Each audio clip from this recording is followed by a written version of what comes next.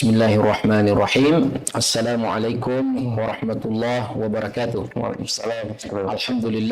Alhamdulillahi rabbil alamin. Wabihi nasta'inu ala umuri dunya wad din. Salatu wassalamu ala asyrafil mursalin nabiyina wa habibina wa qudwatina Muhammadin wa ala alihi wa ashabihi ajma'in. Amma ba'd. Sebelum kita bicara tentang manisnya iman, insyaallah kita akan coba dulu betapa manisnya kopi. Antum nggak ada kopi ya? Sabar ya. Bismillah. Alhamdulillah. Merasakan manisnya kopi, ya. Orang yang dapat jatah kopi. Ya. Namun manisnya iman tidak sesederhana manisnya kopi. Ya. Dalam kehidupan ini orang senantiasa banyak mendapatkan kepahitan, ya, pahit dalam perjalanan hidupnya, penderitaan, kesengsaraan, ya, dalam hubungan rumah tangga, pahit dalam pekerjaan, ya, apalagi sekarang pandemi, ya, yang dikelola, ya, dalam tanda kutip, ya, sedemikian rupa sehingga semakin membuat pahit banyak orang. Subhanallah. Nah, kita perlu cita rasa yang manis dalam kehidupan itu, dan itu, ya, tidak sekedar seperti secangkir minuman, tetapi mungkin ada mirip-miripnya. Untuk mendapatkan manisnya iman, seperti juga ketika kita ingin mendapatkan manisnya minuman, maka kita perlu menghadirkan minuman itu dahulu. Nah, untuk mendapatkan manisnya iman, kita perlu menghadirkan iman itu terlebih dahulu. Ya. Dan subhanallah, Rasulullah Shallallahu Alaihi Wasallam menyebutkan dalam satu hadis, ya, bahwa manisnya iman itu adalah bermula dari keridhaan, ya, dari keridhaan.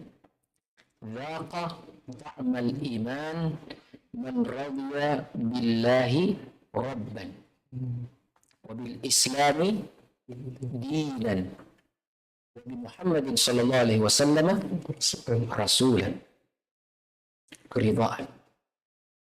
Bagaimana ridha dengan Allah Subhanahu wa Ta'ala? Ridha berarti dengan gembira. Iya. Apapun konsekuensinya. Ketika seorang mendeklir dirinya sebagai seorang yang bertuhankan Allah, dia jelas-jelas telah mendeklarasikan dirinya bahwa dia menerima semua keputusan Allah, baik itu keputusan berupa takdir maupun keputusan berupa hukum dan peraturan Allah. Iya, itu ya. Kita berada di sini dalam keadaan sehat walafiat, alhamdulillah. Kita terima kegembiraan ini. Allah mensyariatkan kepada kita untuk salat. Kita terima dengan gembira, dengan ridha. Akan rasakan nikmatnya sholat. Ya. Allah Subhanahu wa Ta'ala syariatkan untuk menunaikan zakat dan menginfakkan sebagian harta kita. Kita terima itu dengan penuh keridhaan. Keluarkan harta kita. Kita rasakan manisnya iman dalam berinfak. Ya. Kita ridha Islam menjadi agama kita. Kita tidak sekedar berislam KTP. Kita tidak sekedar berislam karena orang tua kita Islam. Kita berislam dan menyambut Islam sebagai sistem kehidupan kita. Sistem yang multi kompleks, mengatur semua jejak kehidupan kita secara individu dan kolektif. Kita ridha Islam mengatur kehidupan kita ini. Bangga. Itulah seorang yang akan merasakan manisnya iman.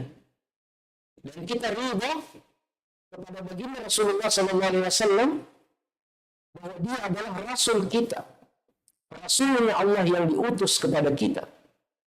Kita ridha dengan diutusnya beliau, bahkan kita cinta kepada beliau. Orang yang mencintai Rasulullah SAW akan merasakan manisnya iman.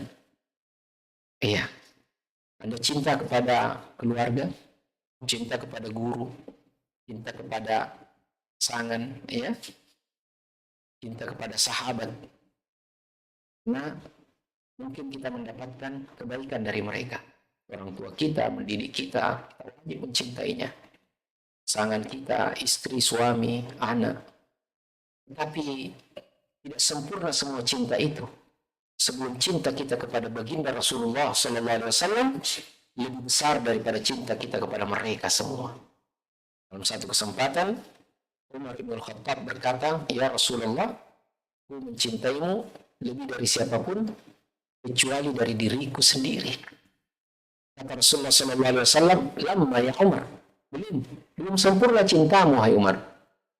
Maka Umar pun berkata, "Sekarang ya Rasulullah, engkau lebih aku cintai termasuk daripada diriku sendiri." Subhanallah. Maka Rasulullah SAW berkata, "Al-ala ya Umar, sekarang wahai Umar," artinya sekarang baru sempurna cintamu. Nah, orang yang mempunyai keridhaan kepada Allah sebagai Rabbnya, Tuhannya, pada Islam sebagai agama dan aturan kehidupannya, kepada Rasulullah SAW sebagai Rasulnya, panutannya, ikutannya, maka dia akan merasakan iman itu memiliki rasa pada dirinya yang membuat manisnya itu membuat hilang semua kepahitan hidup. Bahkan, ya, subhanallah, manisnya iman itu dapat mengantar seseorang untuk merasa ringan dengan semua cobaan yang dideritanya. Ada seorang saudara kita yang viral itu kemarin videonya, tidak punya tangan, dia cuma bisa berwudu dengan kaki, saudara. Tapi dia gembira bisa berwudu dengan kakinya, ya. Bila dengan kita yang punya tangan kaki lengkap ini, ya, apa kita tidak gembira dengan kemampuan kita untuk berwudu, membersihkan, ya, muka kita, berkumur, membersihkan anggota-anggota ujung tubuh kita ini untuk bersuci menghadap Allah Subhanahu wa taala. Ya, ada saudara kita yang tidak ada kakinya, tapi dengan ketiadaan kakinya, dia dengan kakinya yang masih tersisa masih bisa melangkah menyeret tubuhnya untuk ke masjid dengan gembira, ya, bahagia dia rasakan. Kenapa? Karena dia rasakan sudah manisnya iman ketika dia dengan penuh keridhaan tunduk sujud di hadapan Allah Subhanahu wa taala. Apa kita tidak merasa gembira dengan kesempurnaan tubuh kita yang kadang-kala dengan demikian berat kita bawa untuk menuju ke masjid bersujud kepada Allah Subhanahu wa taala? Apa kita tidak gembira dengan itu? Nah, makanya kalau ada orang yang bilang sakitnya tuh di sini, maka kita orang beriman mengatakan manisnya tuh di sini. Ya. Nah, dalam hadis yang lain Rasulullah SAW mengatakan, ya, ini beliau menggambarkan tentang 3 kelompok manusia yang akan merasakan manisnya iman. Dalam hadis yang sahih Rasulullah SAW mengatakan, "Salatun man kunna fihi wajada halawatal iman." Ya, sejalan dengan hadis yang tadi kita bacakan sebelumnya. Ada 3 kelompok manusia yang akan merasakan manisnya iman. Ya. Kalau 3 perkara ini ada pada diri seorang, orang itu akan merasakan manisnya iman. Yang pertama, yakuna Allah wa rasuluhu ahabba ilaihi mimma siwahuma. Allah dan Rasulnya yang paling dia cintai lebih daripada siapapun juga. Subhanallah. Termasuk dirinya sendiri, Ustaz. Termasuk dirinya sendiri. Ya. Cintanya kepada Allah Subhanahu wa ta'ala. Ya, ini dalam perkataan Ibnu Qayyim, cinta kepada Rasul ini adalah bukti konsekuensi cinta kepada Allah. Ya, makanya Ibnu Qayyim rahimahullah mengatakan la yuhabbu li dzatihi illa Allah. tidaklah dicintai karena zatnya kecuali Allah. Kita mencintai sang Rasul karena kita mencintai Allah. Nah, ini ya. Kalau orang sudah cinta kepada Allah, ini namanya cinta kepada Allah itu cinta ta'abbudi, cinta dalam bentuk ibadah. Bahkan salah satu rukun daripada ibadah itu adalah cinta. Ya, subhanallah. Takut itu bisa hilang nanti di hari akhirat dan berganti dengan cinta. Cinta kepada Allah Subhanahu wa taala. Maka kalau orang memiliki cinta kepada Allah yang kemudian juga berwujud kepada cinta kepada Rasulullah dan tidak ada yang lebih dicintainya melainkan Allah dan Rasulnya, maka dia akan merasakan manisnya iman. Iya. Yang kedua, an yakrah wa an yuhibba al-mar'a la yuhibbuhu illa lillah. Konsekuensi daripada cintanya kepada Allah itu tadi membuat dia tidak mencintai seorang pun kecuali karena Allah. Ya, dia cinta karena Allah. Apa artinya cinta karena Allah? Cintanya tidak membawa kepada kemaksiatan. Cintanya membawa kepada ketaatan. Iya. Kalau Anda benar cinta, maka Anda harus meninggalkan dosa. Iya. Kalau Anda mencinta dan mendosa, maka cinta Anda dusta. Nah, itu. Ya. Nah, pernah dengar kisahnya seorang pemuda yang mencintai seorang pemudi yang tidak sempat bersatu di dunia karena mereka takut kepada Allah dan cinta kepada Allah? Pernah saya cerita mungkin. Namun bagaimana saya cerita ya? Jangan deh. Oke, kita cerita. Kita minum dulu. Ya, bismillah. Ya, diceritakan oleh Ibnu Qayyim rahimahullah dalam kitab cintanya. Ya. Ada kitab ditulis oleh Ibnu Qayyim rahimahullah, judulnya Raudatul Muhibbin wa Nuzhatul Mushtaqin. Taman orang-orang yang jatuh cinta. Satu ketika seorang pemuda yang soleh mengunjungi satu kampung. Dan karena dia seorang yang soleh, maka ia pun dijamu oleh kepala kampung itu dengan penuh kebahagiaan, penuh kegembiraan. Panggil keluarganya dan sebagainya. Maka melintaslah ya pemudi seorang wanita muda, ya seorang gadis yang tiba-tiba, ya ini tidak disebutkan begitu ya, kira-kira cuma saya aja nih yang membahasakan. Tertaut mata, tertarik hati, ya, falling in love, jatuh cinta pada pandangan yang pertama. Tapi seorang yang soleh ini tidak membiarkan perasaannya berkecamuk tanpa penyelesaian dan penuntasan yang syar'i. Dia langsung melamar gadis itu. Dan ternyata gadis itu adalah anak sang kepala kampung. Namun apa hendak dikata? Ya,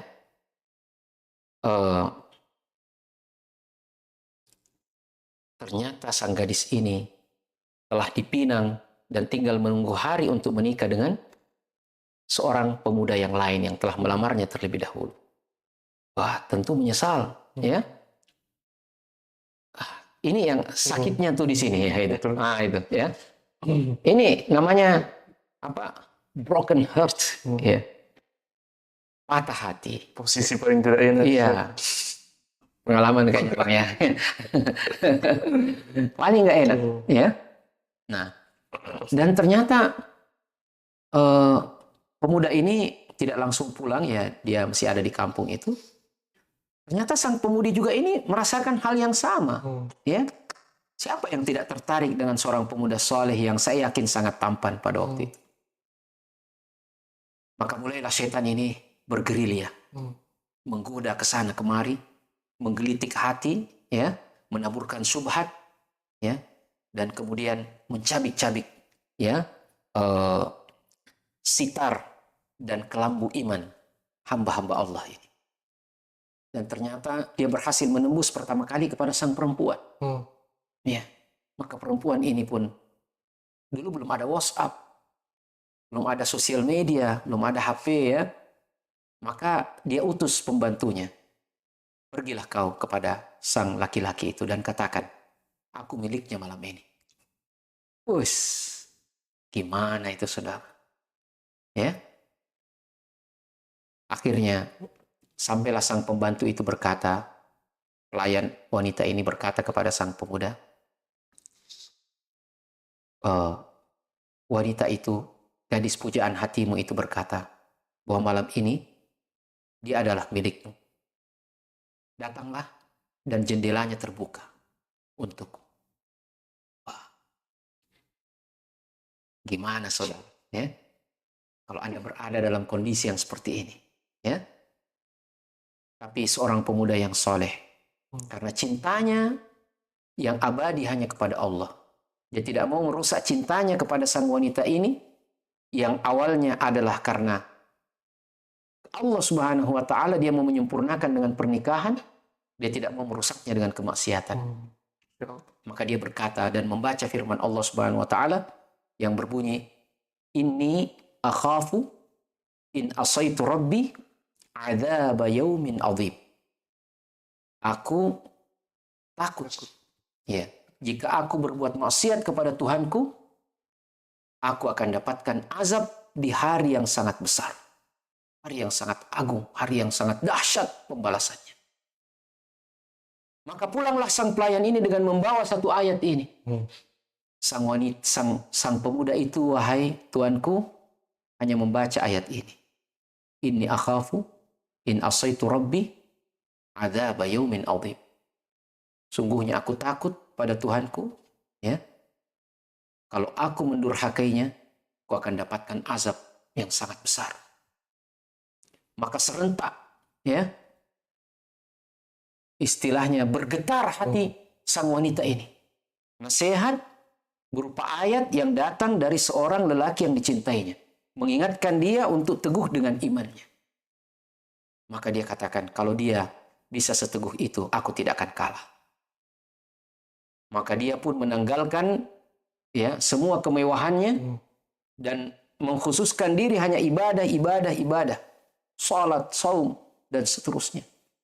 Dengan menyimpan rindu dendamnya, ya, istilahnya ini zaman all ini, ya, menyimpan rindu dendamnya kepada sang lelaki ini, tapi dia mengabaikan semua itu dengan ibadah taqarrub kepada Allah, tilawah, puasa, salat, dan semua pakaian kemewahan dia singkirkan, dia bungkus dirinya penuh dengan hijab, dengan pakaian yang paling sederhana dan kasar.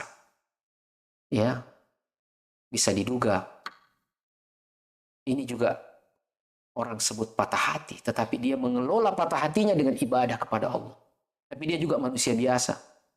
Ya, dia rasakan itu penderitaan dalam cinta. Ya. Tapi kemudian cintanya yang abadi membuat dia bahagia dengan ibadah itu. Singkat cerita, ternyata sang wanita ini wafat, dipanggil oleh Allah Subhanahu wa Ta'ala. Maka sampailah kabar wafatnya sang wanita ini, membuat sang laki-laki, ya, lebih sedih dari kisah, ya, Zainuddin dalam peristiwa tenggelamnya kapal Van der Wijk karya Buya Hamka. Ya.